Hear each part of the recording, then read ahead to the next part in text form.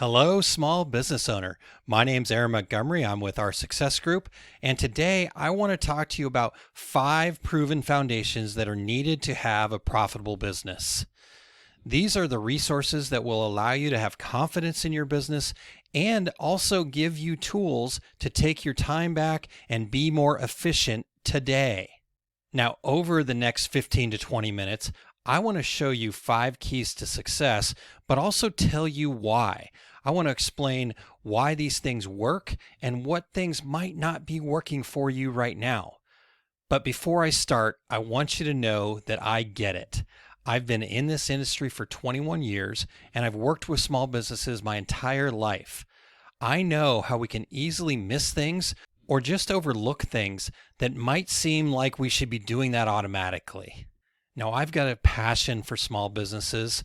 I love supporting people just like you so you don't have to go through all of the heartaches and pains that I've gone through or that we've seen other people go through. Now, our mission with our Success Group is to provide resources that empower business owners to achieve their idea of success. We need more small businesses just like you out there succeeding. We know that you are very resourceful. We know that you hold yourself accountable. We know that you're industrious. We know that you're hardworking. We know that you're always willing to do what you need to do and are a complete self-starter. But sometimes that self-starter and need to go it alone gets in your way of success. We know that success is actually a team sport.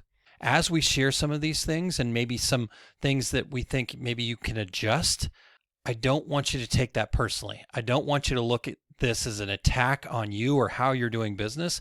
That's not what we're here for. We're here to support you, and we just want to ask you to look at things from a slightly different perspective.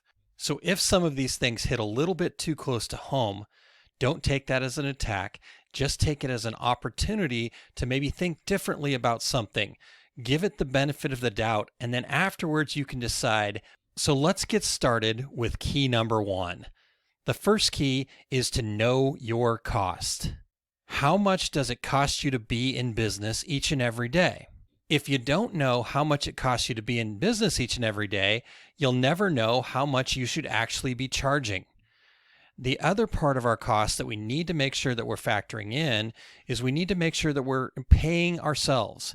Yes, as a small business, you might not be able to afford it quite yet to cut yourself a paycheck each and every week, but we need to start factoring that in right from the get-go. We can't wait until we get to that level because we'll never get to that level otherwise. We need to be looking at how much we need to pay ourselves to cover our personal expenses today. I'm not talking about adding a number in there that is, hey, I'm ready to buy my mansion or that second yacht or the summer home or whatever. Those will come with the profits later on down the road if you do this right up front. All we want to do right now is we want to include how much we need to cover our personal expenses right now and be paying ourselves. There's lots of good reasons to do that, but mainly just start building that in there right now. The other thing we need to be aware of when we know our costs, we're trying to get all of our costs figured out, is we need to be planning for future growth. So let's say 2 to 3 years down the road, you know you're going to need an upgraded computer or an upgraded piece of equipment or some additional software to help you run your business. Well, we want to be planning for that stuff right now. So if we know the cost of that's going to be a certain amount of money, and that's going to be 2 or 3 years down the road, then we need to take, if it's 2 years down the road, we need to take the total cost and divide it by 24 and then put that into our expenses. And that will help us understand and know what our numbers are. So we're going to take all of that, wrap it all together, and it's going to give us what we call at our Success Group a shop rate. How much does it cost you each and every hour just to be in business? So we want to look at all of these things.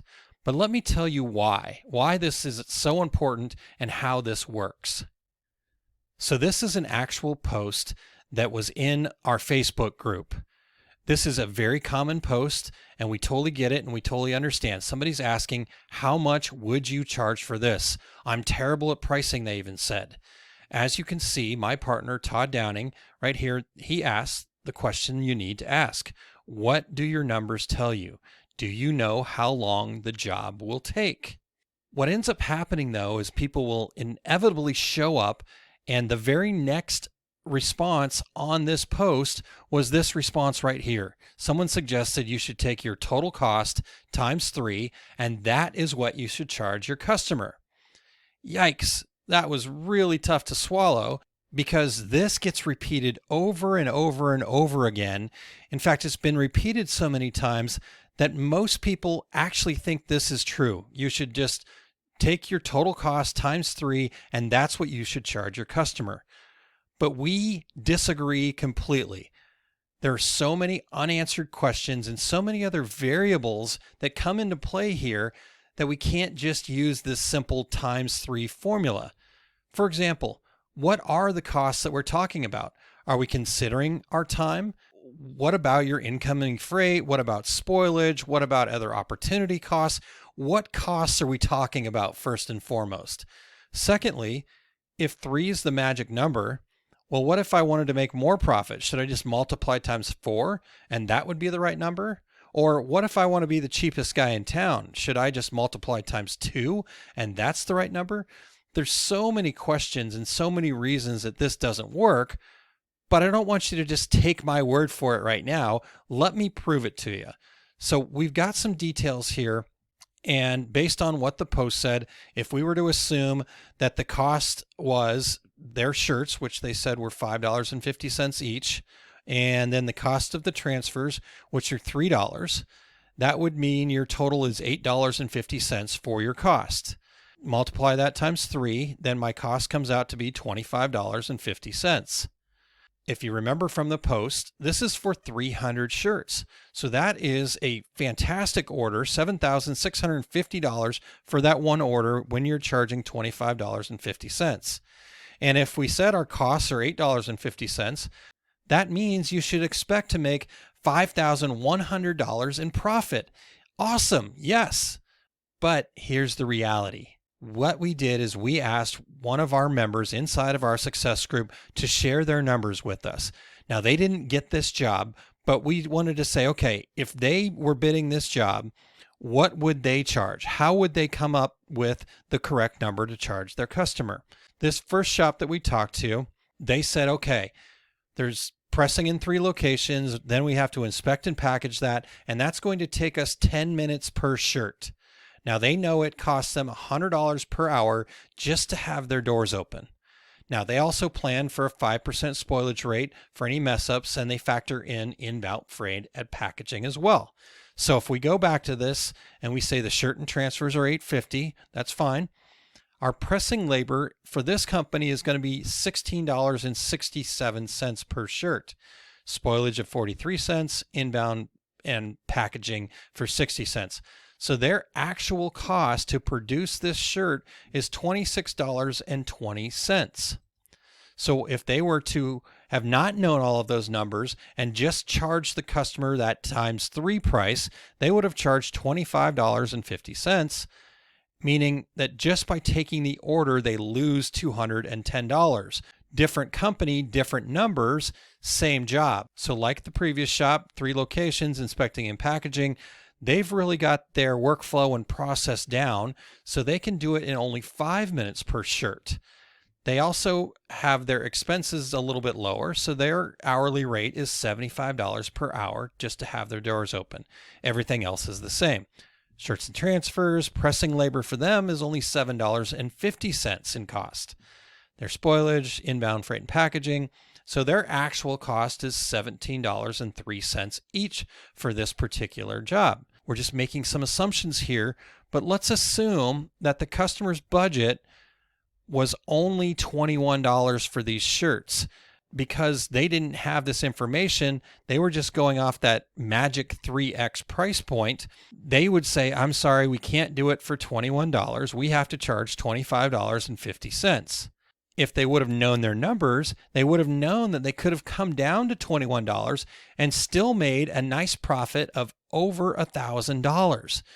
So without knowing that shop rate, you cannot price your products, even with some magic formula that everybody believes is true out there in the world. So the next key is pricing for profit. Now, profit is the lifeblood of your business. Without profit, you have a hobby. And I love a good hobby just as much as the next person, but we have to pay for our hobbies somehow, and our business should be supporting those hobbies, not the other way around. So first and foremost, I want you to get into your brain that profit is not a dirty word. So now that we know that profit's not a dirty word, I want to take a look real quickly here at the 3 levers that we have in our business. And to me, these are the only 3 levers we can use to increase our bottom line. So from left to right here, we've got the profit margin. So we can increase our profit margin. And that basically just means we charge our customers more money per order. The second lever we can move is we can increase our total revenue. And that basically just means we sell more jobs, we get more orders, we have more new customers, so we increase our total sales revenue. And then the third lever we have is to decrease expenses. And that just means to spend less money, to cut costs somewhere, somehow. Most people, they try to first and foremost, when they want to improve their bottom line, they go right to the expenses. But what gets them hung up is they forget that expenses in our business aren't actually just always a cost, but instead they are a investment. We need to think about what the return on investment is. The best way to describe this is if I came to you and I said, hey, I'm going to guarantee you $10,000 as long as you spend $5,000. Would you do it? My guess is most people would figure out how to spend $5,000. If you instead just go out there and look at some equipment or supplies or whatever it is that you're buying, and that cost is $5,000, you immediately start going, okay, how do I reduce that cost? Could I, instead of spending, let's say $1,000 on a heat press, could I just spend $200 on a heat press and have the same results? But we all know the answer to that deep down is no, we don't have the same results. That $1,000 or $2,000 heat press is going to last us for the life of our business because it's got a lifetime warranty, whereas that $200 heat press might end up being a boat anchor after about 6 months. So we need to make sure that when we are looking at expenses, we understand what the return on investment is. At our success group, we recommend, especially newer businesses, stay away from focusing on your expenses too much. You actually want to spend more to make more. The next lever over would be to increase our revenue. That's a great way to do it, but that can be very difficult for newer or growing businesses because it requires you getting outside of your comfort zone while you're working on all the other things in your business. You need to get out there and sell more and spend more on marketing and all that other stuff. So that's a tough place to go too. So actually what we recommend for people that want to increase their bottom line is to focus on your profit margin. We can increase our prices. People might say, I can't increase my prices. I'm going to lose some customers. And yes, that may be true. If you increase prices, you are risking potentially losing some customers. But think about this. I was talking to a gentleman one time, and I knew his prices were extremely low. He was really, really low for whatever reason. He could not bring himself to charge what he should charge for his business. So I just suggested to him, why don't you just raise your prices by double? Just double your prices. What would happen if you doubled your prices? He immediately was taken aback and he said, I could never double my prices. If I did that, I'd lose half of my customers. So I just let that stew for a moment. I just let that sit there for a moment with him.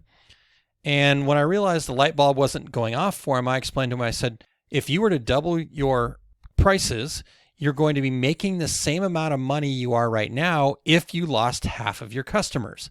Wouldn't that actually be a good thing? Making the same money, doing half the work? That's an extreme example. I don't recommend that you go out and double your prices right away. What I'm saying is we have to understand what our numbers are and then be able to adjust them to make the profit that we need to be a lucrative long-term business.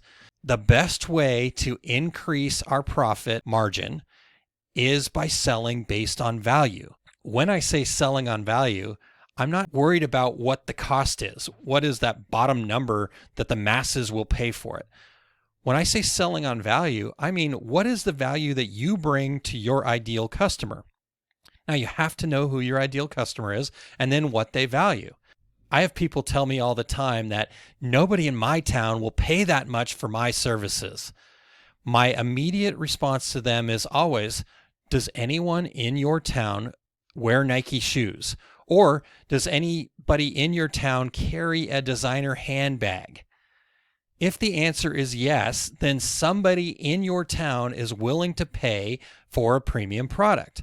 Because I can go get a pair of shoes a lot cheaper than a pair of Nikes, or you could go get a handbag that is much cheaper than a Coach or a Prada or whatever the latest and greatest is.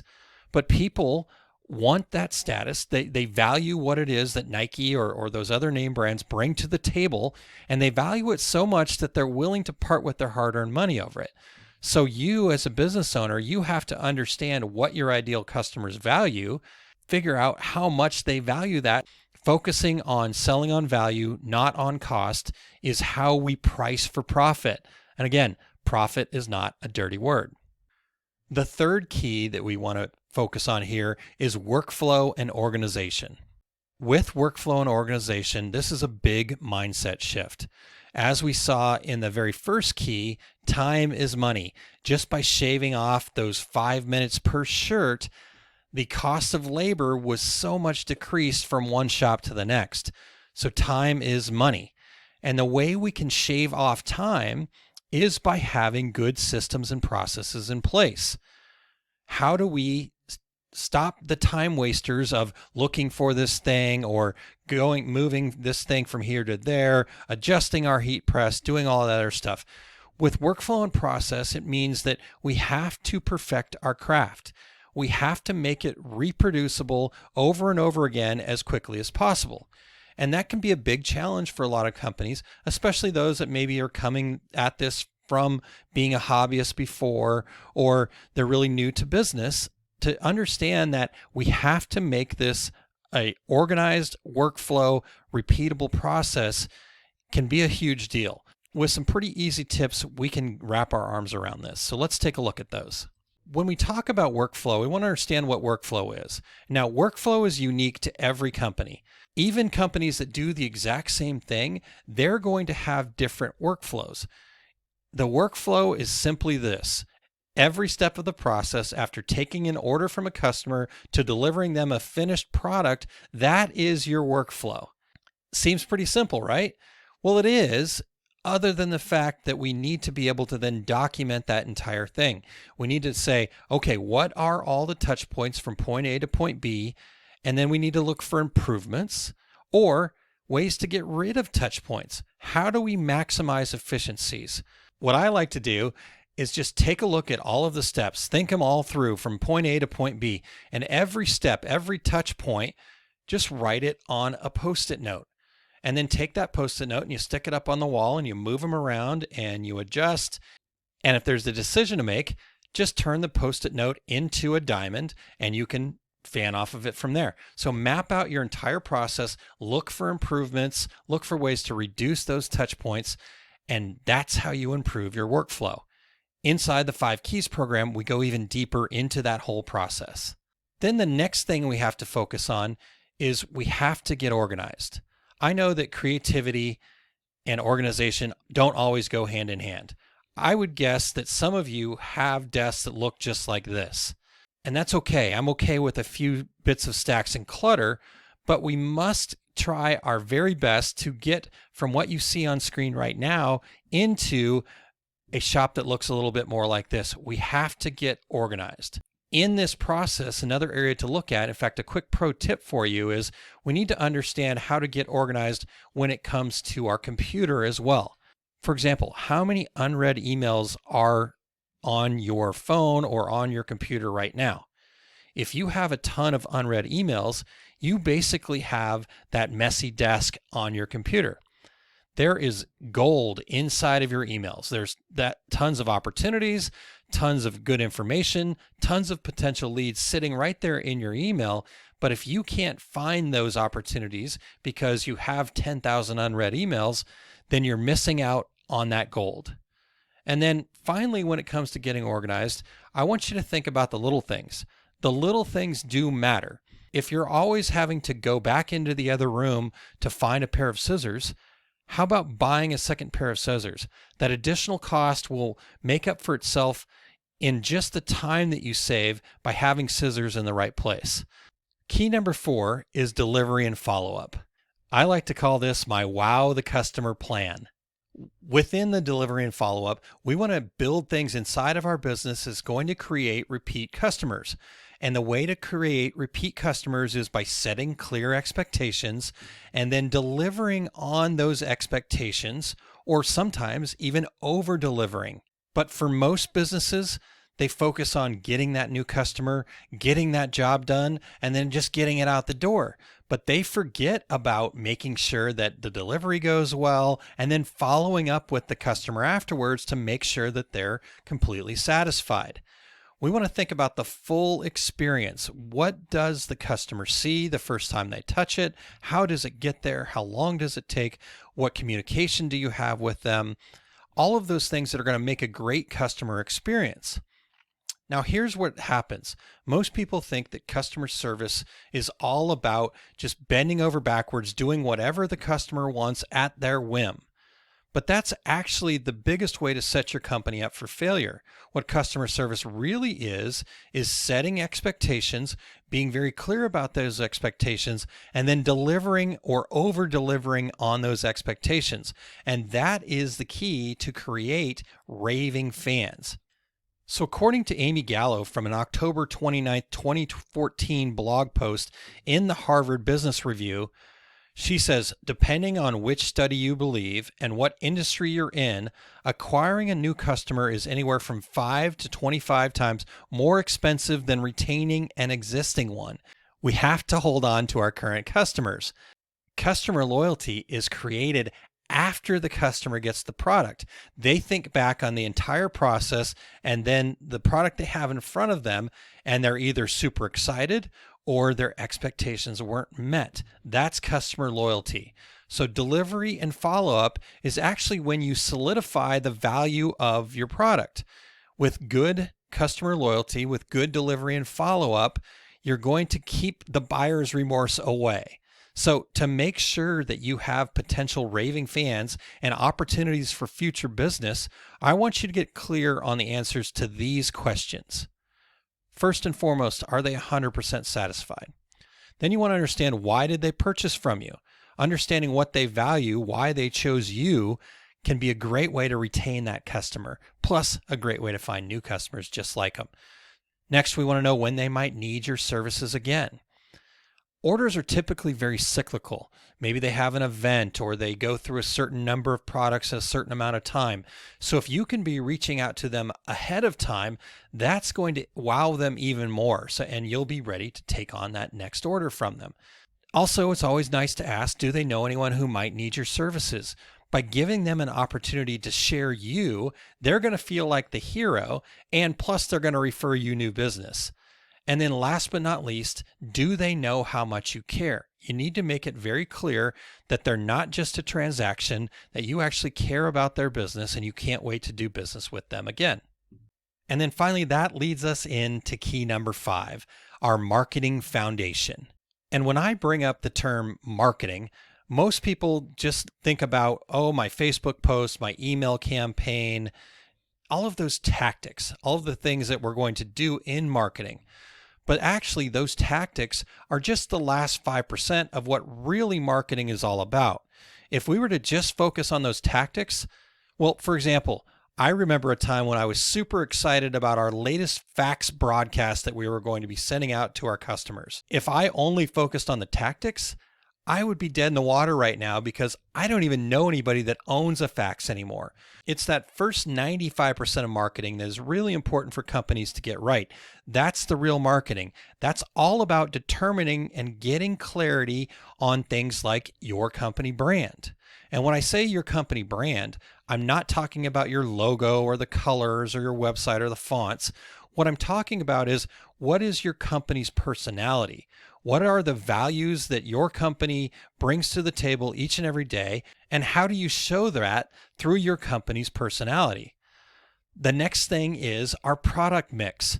These are the products and services that you'll master, that your niche will want, right? What things are they most interested in, and how can you become the very best in your space by offering a very certain amount of products? What do you want to be known for? That's your product mix.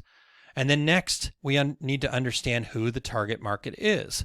This is the niche that you'll serve. And again, so you can be the very best in your space, you need to target that down to a group that you can be the very best in. We want to get to what they call a blue ocean in the Blue Ocean Strategy. Go and look that up. It's a great read. And then lastly, once we kind of have an understanding of our target market, we need to create a customer avatar. We need to define who our ideal customer is. In fact, when I create a customer avatar, I go so far as to even give them a name. I look at it like this. My mom told me that when she was trying to come up with my name before I was born, what she did is she went out on the back porch, and all of the names that she had in her head that she was thinking about using, she yelled them all out off the back porch as if she was asking me to come in for dinner. And what of those names stuck? What of those names represented who she wanted as a son? We want to do the same thing with our customers. What's a name that sticks out to you? Because when you're trying to come up with your marketing for your avatar, when you're talking to somebody, a name, it's a lot easier to be personal with them instead of just talking to a demographic. With the customer avatar, we need to know where are they located, and then their general bio information. Are they male or female? What is their age range? Things like that. Now, if those are the only things that we find out, though, we could be in trouble. So let me share a little quick story with you.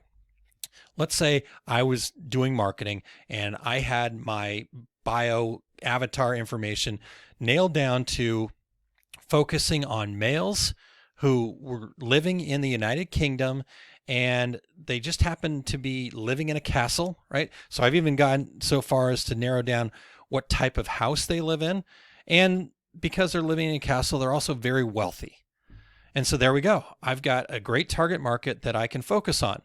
But here's the problem. If I'm marketing to that person, what's the first name or what's the first person that comes to mind for you? For most people, it's Prince Charles, right? The royal family. But that same demographic information, that information also would get you in front of Ozzy Osbourne. So you got Prince Charles and Ozzy Osbourne, clearly two different people. But if that's all of the information you have about your target customer, you're not going to know who you're actually getting in front of. So beyond the general bio information here, we need to understand what their personal story is, what makes them different, right? Are they a royal family, or are they the Prince of Darkness? Rock star Ozzy Osbourne, for those of you that aren't familiar with Ozzy Osbourne. Then we also need to understand what problems they have. What is it that our products and services can do for them to solve their problems? And when I'm talking about problems, I'm not saying world-changing problems need to be the only thing that we focus on. They could be much simpler problems like, maybe it's a family reunion and their problem is they want to bring their whole family together and have a unified look. Your shirts can solve that problem for them. Or maybe you deal with businesses and their problem is they need to get their brand out in front of more people, and therefore the products that you provide can get their brand out in front of more people. So that's the problem that you solve for them. So understand what problems they have and then how your products can solve those problems for them. Next, understand what they value. What types of things are important to them? Are they more about economy, quality, giving back to the environment? What is it that they value deep down in their core? And then next, where do they go for information? For example, if you're spending all of your time posting on Facebook, but your customers actually get all of their information on LinkedIn, well, now you know, hey, let's stop wasting our time on Facebook and let's focus on LinkedIn. Last but not least, what makes them unique? What is different about them? What's different about Prince Charles versus Ozzy Osbourne? When we know what makes them unique, we're able to find clarity. And when we find clarity, we end up working with the right customers who will pay what you need, and they'll happily come back for more. Success in business is not about working with everyone. It's about working with customers who value you and happily walk away from those who don't value you. That's what success in business is all about. So let's just recap the 5 keys here. The first key is to know your numbers. Without knowing your numbers, you'll never know what to price your products. Again, this is overhead, paying yourself, and planning for the future. Next is pricing per profit. Understanding how to get as close as possible to your actual costs, not just blanks and decoration, but freight in, spoilage, time of production, inspection, packaging, freight out, getting all of that stuff and turning that into the art form of selling on value, not selling on cost. The next thing is our workflow and organization. If the idea is to grow, then how do you manage that growth? You need to have a documented workflow and process, as well as a way to organize and get quality work done on time. The next key is the delivery and follow-up. This is your customer service plan. How do you wow the customer, create word-of-mouth sales, and get them coming back for more? And then finally, our foundation that we need in our business before we can grow and succeed is to have a good marketing foundation. Look at who the ideal customers are, what our unique value proposition is, doing all of that before you go start posting on Facebook or sending email blasts. That is what's going to take to rocket you to success. So those are your 5 keys.